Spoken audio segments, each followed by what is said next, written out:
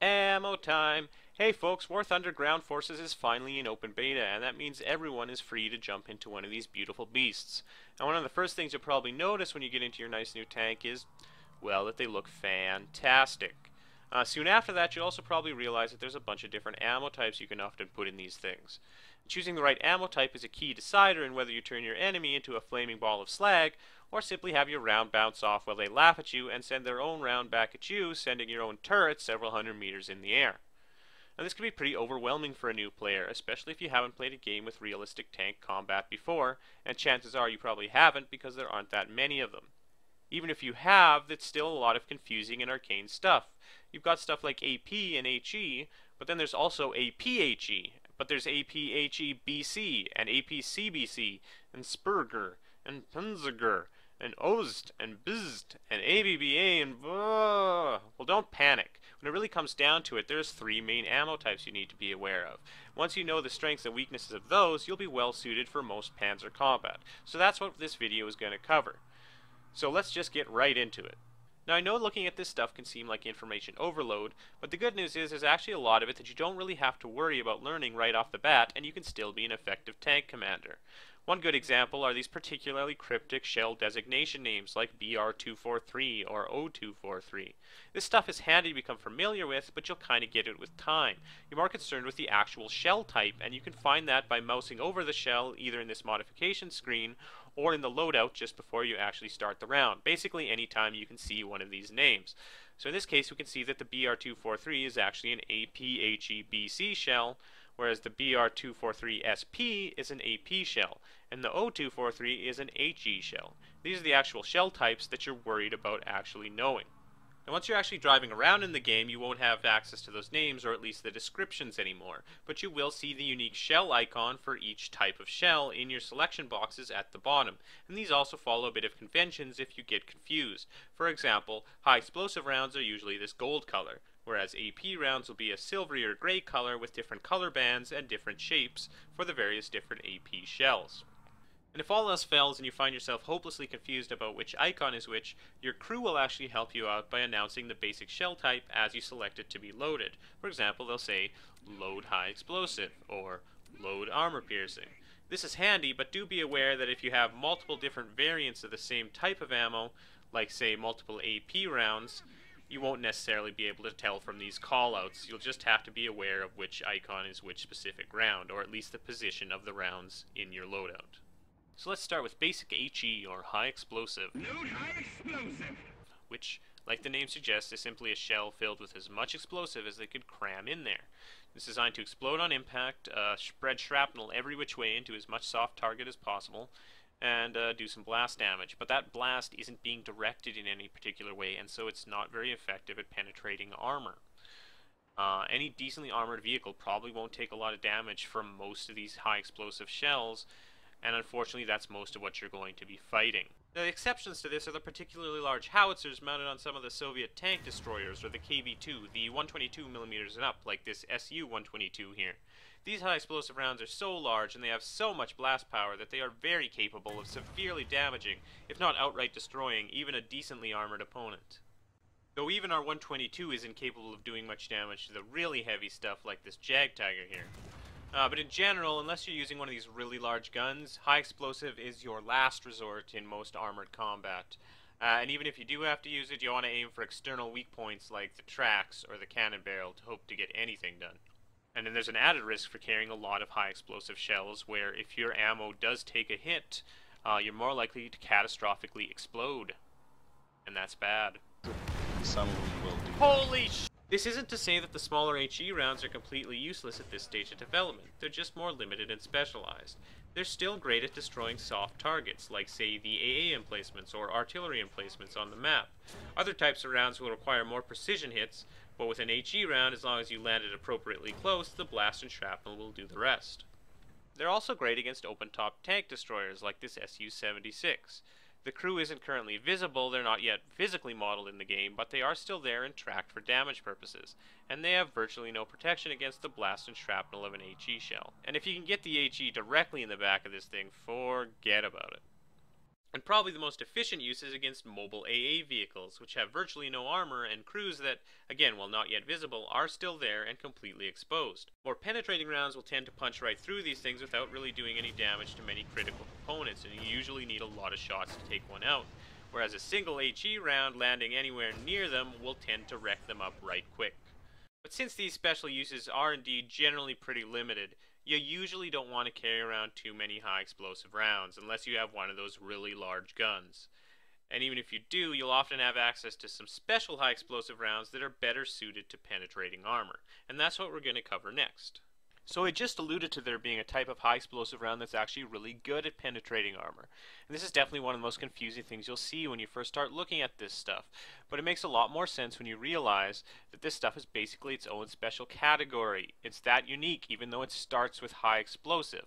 I'm talking about HEAT, or heat shells. These are high explosive anti-tank.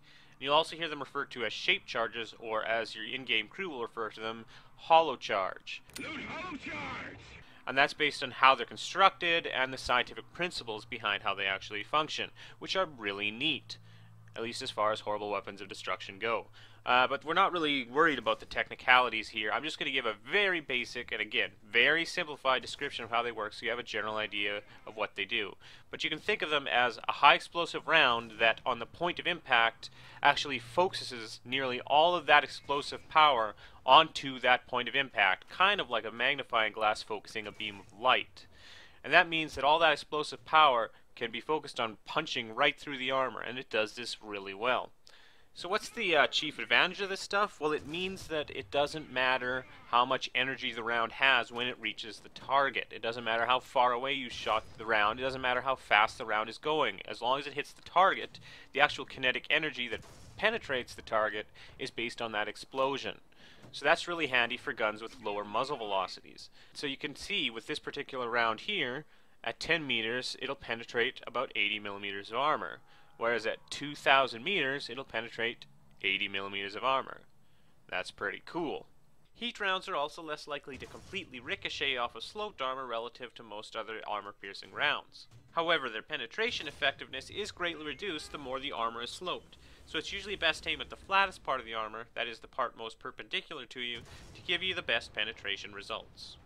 So heat rounds are generally pretty effective, but they do have their limitations. One of them is their muzzle velocity tends to be a lot slower than an AP or HE round fired from the same gun. You can see with this example, the heat round's muzzle velocity is 355 meters a second, whereas the AP is 665. Now I know I said the speed of the heat round didn't change the penetration power, and that's more or less true, but what does affect it is how much the round is spinning. The more it's spinning, the more the charge jet created by the reaction is dispersed, and that's why the muzzle velocity is so low. Unfortunately, this means it's just harder to hit your target with a heat round. The round's going slower and it'll drop more. Heat rounds also tend to do much less damage internally to the tank compared to, say, an AP round with an HE burster charge, which is pretty common we'll get into shortly. The charge jet of the heat round can penetrate the armor, but it does lose its energy very quickly, and thus it doesn't do as much damage to the actual innards of the vehicle, which is really what you're concerned about when you're trying to knock the vehicle out. Relatedly, heat rounds are much less effective against spaced armor. This is simply armor with space between the plates. Now obviously it's outside of the scope for me to describe every vehicle that has spaced armor, and it's not like I actually could anyway, certainly not off the top of my head. And obviously it's also very hard to tell sometimes what will have spaced armor because that's an internal thing. But an obvious example of this is the metal skirts, or Scherzen, I believe it's maybe pronounced, probably not, you can see on this Panzer IV. This stuff is very thin, and it won't do much against an actual AP shell, but a heat round will be detonated on that skirt, and then the actual charge jet will then have to travel through the air into the actual armor of the tank, so it'll disperse and lose a lot of its potency. One final, much lower tech limitation of these rounds is that if you're playing Russia, you just generally don't have access to them. They're pretty rare for Russian guns. Germany was really the only one making these things early in the war, and later in the war most nations were reserving them for larger caliber guns with lower muzzle velocities, whose AP rounds wouldn't normally be able to penetrate a reasonably heavily armored opponent, but the heat rounds would. It was similarly that was given to smaller guns that would have been ineffective because the AP rounds couldn't penetrate due to lack of power, but a heat round would give them some ability to penetrate. So with all those weaknesses in mind, heat rounds are still generally pretty effective, and it's usually a good idea to keep a fair few of them around if you happen to be lucky enough to have access to them. So now we're on to our third and final main category of round, and definitely the most commonly used, armor piercing. Load armor piercing! Now there's a bunch of variants in here that can make things a little bit murky, like say APCBC versus APBC. We won't worry too much about those fine details here. I want to keep this video fairly basic. Perhaps more importantly though, I'm not exactly sure how much of it is currently modeled by the game. The ground forces damage model is already very detailed, but it is still a work in progress. An obvious limitation, for example, is the devs have already stated that at the moment, all armor is considered the same quality and the same type, rolled homogeneous. And capped rounds, for example, are more effective against face-hardened armor, which apparently is not currently modeled. So we won't worry about that stuff right now. We'll leave it for a later video. So generally, you can think of an AP round more like a standard bullet from a gun, just way bigger. More or less solid chunks of metal fired as fast as possible to hopefully penetrate their target based on their kinetic energy at point of impact, which is a function of their mass and their speed. Now unfortunately, that means that unlike a heat round, that kinetic energy is going to be reduced the further the round has to travel, because it's going to be slowed down due to the effects of drag, and so it's not going to penetrate as much. And that's why we have to start worrying about these armor penetration values. So if you mouse over any AP round, you will see these vital armor penetration values. These are really important, because if the round can't penetrate, then it's not going to do really any damage to the armor. So with this example, we can see that at 10 meters, you can expect the round to penetrate about 78 millimeters of armor. Whereas at 1,000 meters, the round will have slowed such that it can only penetrate about 60 millimeters of armor. And at 2,000 meters, it's going to be slowed so much that it's only going to penetrate about 39 millimeters of armor. So this is generally the first thing you want to look for when you're trying to select your AP rounds. Now it's very helpful to note here that it's actually the muzzle velocity, more than the sheer size of the round, that's most useful for determining how much the round is going to penetrate.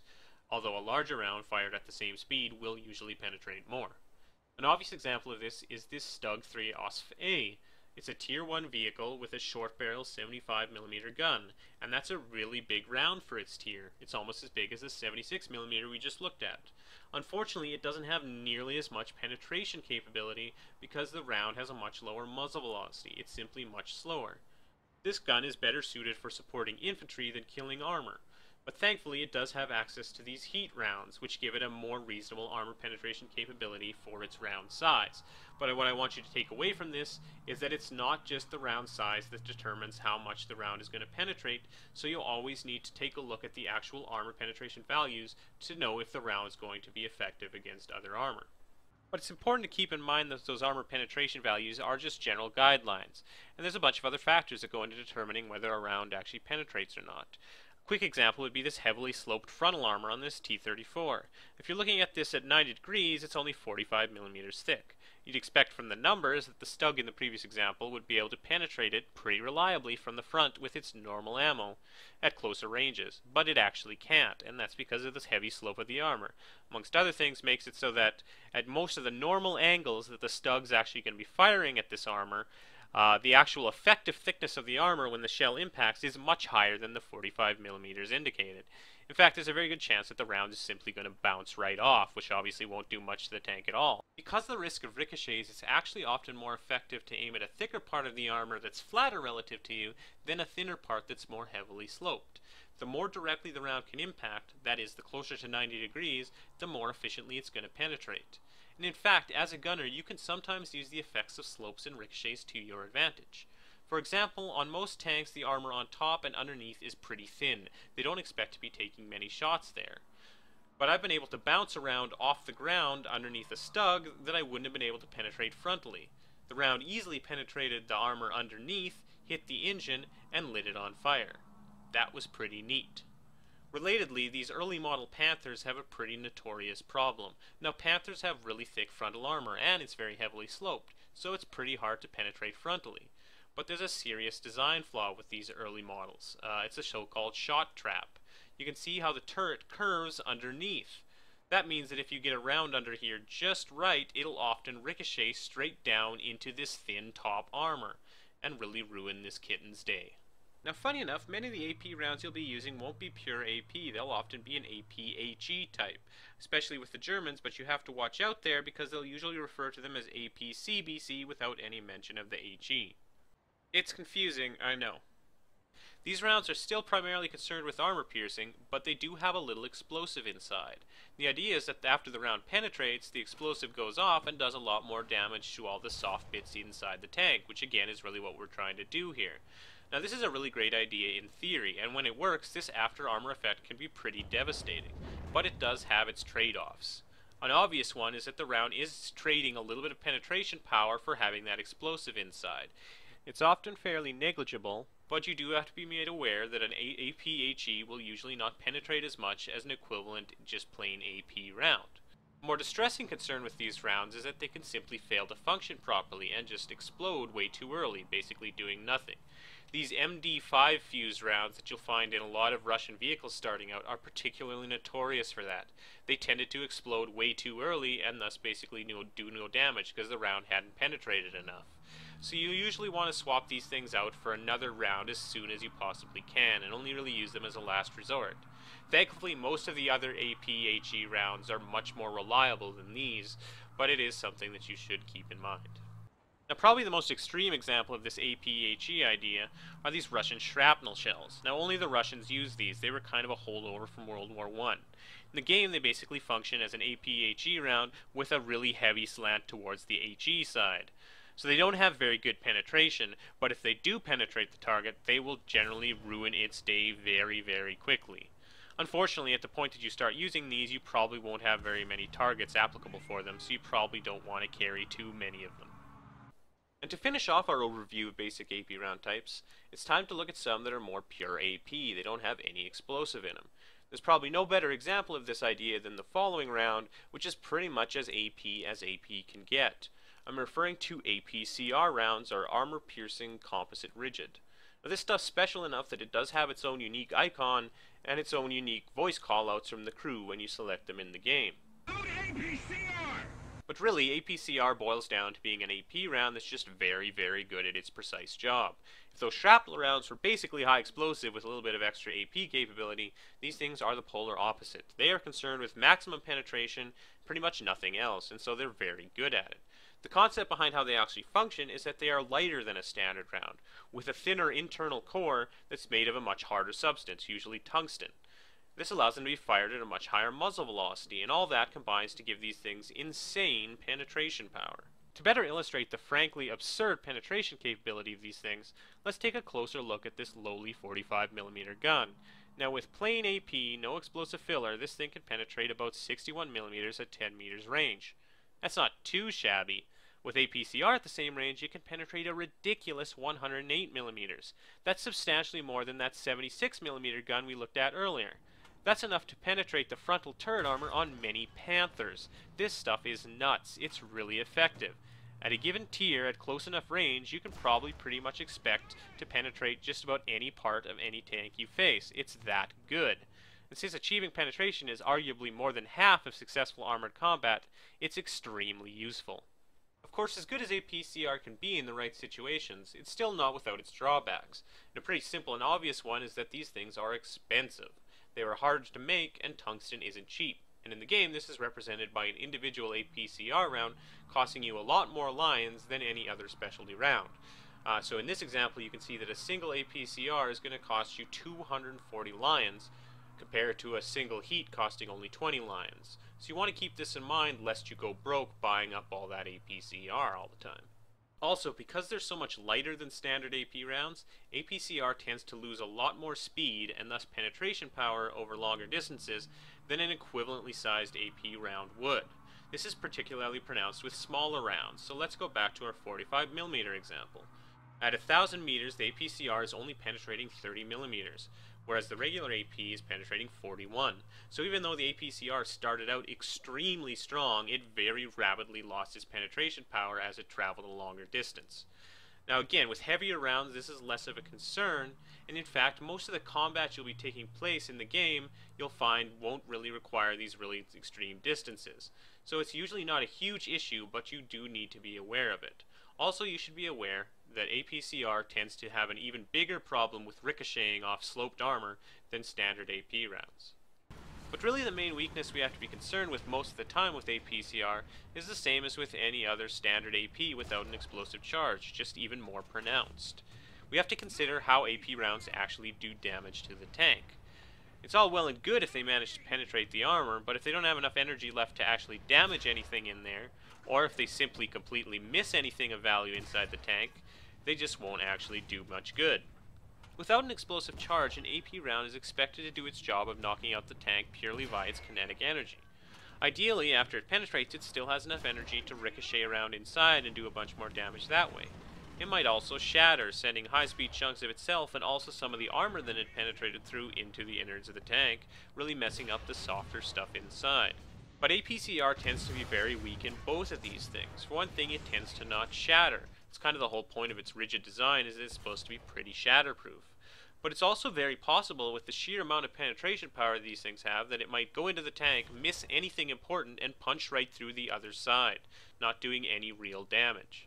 Make no mistake, APCR is an extremely effective round, but it requires a certain amount of experience and knowledge of your target in order to use to its fullest potential. You need to utilize its ability to penetrate pretty much any armor on the tank that's not too heavily sloped to actually hit a weak point in there. And that of course requires knowledge of where those weak points actually are, but also more precise targeting than say an APHE round where, as long as you get penetration, that's usually pretty much good enough. Now we've covered a lot of information in this video, so it's time for a quick summary and review. High explosive rounds are all about blast and shrapnel with little to no penetration capability. They're great at destroying soft targets like on-map emplacements, mobile AA vehicles and open-top tank destroyers, and larger HE shells can in fact destroy even decently armored vehicles. But in general, the lack of penetration capability on a high explosive round limits its effectiveness at armored combat, and it should only be used as a last resort, and only against external weak points. They also have the unfortunate side effect that every round you carry increases the chance you'll explode catastrophically if you take a hit to your ammo. So unless you're planning to focus exclusively on destroying soft targets, or you have one of the really large guns, it's probably not a good idea to carry too much high explosive around. High explosive anti-tank, or HEAT rounds, have good penetration capability that's determined only by the mass of the shell, not its speed, and so their penetration remains identical across all ranges. This makes them particularly well suited for lower muzzle velocity, larger caliber guns, like the Stug 3 APHE with its short barrel 75mm. They're also less likely to ricochet off heavily sloped armor, although their effective penetration against that armor is significantly reduced. But the requirement that they be fired at lower muzzle velocities than most other rounds does limit their effective range and makes it harder for you to hit your target. They also tend to do fairly minimal damage to the internal bits of the tank, especially compared to APHE rounds. Heat rounds are also particularly weak against spaced armor, such as the thin metal skirts seen on many panzers. These detonate the heat round before they can impact the actual armor, greatly reducing their penetrative capability. And like regular HE, they do increase your chance of exploding if you take an ammo hit, but their general utility and usefulness makes the risk worthwhile. Armor-piercing rounds are your bread and butter. They're generally concerned with penetrating as much enemy armor as possible. They do this primarily via their speed and to a lesser extent their solid mass. This means their penetration capability is decreased the further the round has to travel because its speed is slowed by the drag of the air. There are many different variations of AP, but for our basic purposes we really only have to be concerned with understanding the trade-off between better penetration capability versus doing more damage internally to the tank in order to get by. On the one end of the spectrum we have APHE type rounds, or on the German side often APCBC. These AP rounds have a little bit of explosive inside that's meant to detonate once the round has penetrated, doing more damage internally. This is very effective when it works, but it does reduce their overall penetration capability. There's also the chance that the round might simply detonate too early before it's fully penetrated, thus doing no real damage. This problem is particularly pronounced with some of the lower quality ammo, like say the Russian MD5 fused APHE rounds. Higher penetrating AP rounds tend to be made of a more solid uniform construction, with the far end of this spectrum being represented by the APCR round, a lighter round with a thinner internal core made of an extremely hard material. This gives them extreme penetration capability at close ranges, but because they're so light they lose more speed and thus quickly lose penetration capability at longer distances. They're also more likely to ricochet off heavily sloped armor, and though they are very likely to penetrate in most situations, they will do very minimal internal damage, and thus you must pick your shots more carefully to try to hit weaker points in the tank. And all this penetration power also doesn't come cheap. The materials needed to make APCR are relatively expensive, and so every individual round can cost you up to 10 times as many lions as any other specialty round. This makes it all the more important that you pick your shots carefully and only use them when you really need that extra punch. So in general, the more penetration the better for AP, But with more penetration, you'll also have to aim more precisely for weak points inside the tank to do sufficient damage to knock it out. If you're against a target that it can comfortably penetrate, an APHE round is often a better choice, especially when you have a larger round that can contain more explosive and thus have more blast potential. And that completes our look at the basic ammo types you're going to see most commonly in War Thunder Ground Forces. There's still a lot to learn before you can call yourself an expert tank commander, but the information you've just learned is a solid starting point that'll help give you an edge in many combat encounters. As a final side note, arcade mode is great for learning your ammo type's various capabilities and trying out all your various tanks, but don't be afraid to try out realistic and simulation mode as well, even if you've been too intimidated to do so in War Thunder Planes. Driving a tank in realistic or simulation is a lot easier than flying a plane, and there's a lot of satisfaction to be gained by getting that perfect side shot into a Panzer IV's ammo rack as he zips between some trees, and knowing it was all down to your own gunning skill. Anyway, thanks for watching, and I hope you found the information in this video helpful. If you did, please like and subscribe and pass it around, and all the various things you do. In the future, I hope to do a video on the more advanced shell concepts, especially as that stuff becomes more developed in the game proper, but at the moment this seems sufficient. In the meantime, no matter what difficulty you play War Thunder on, whether on the ground or in the air, choose the right ammo types, have fun, and I hope to see and blow you up sometime real soon.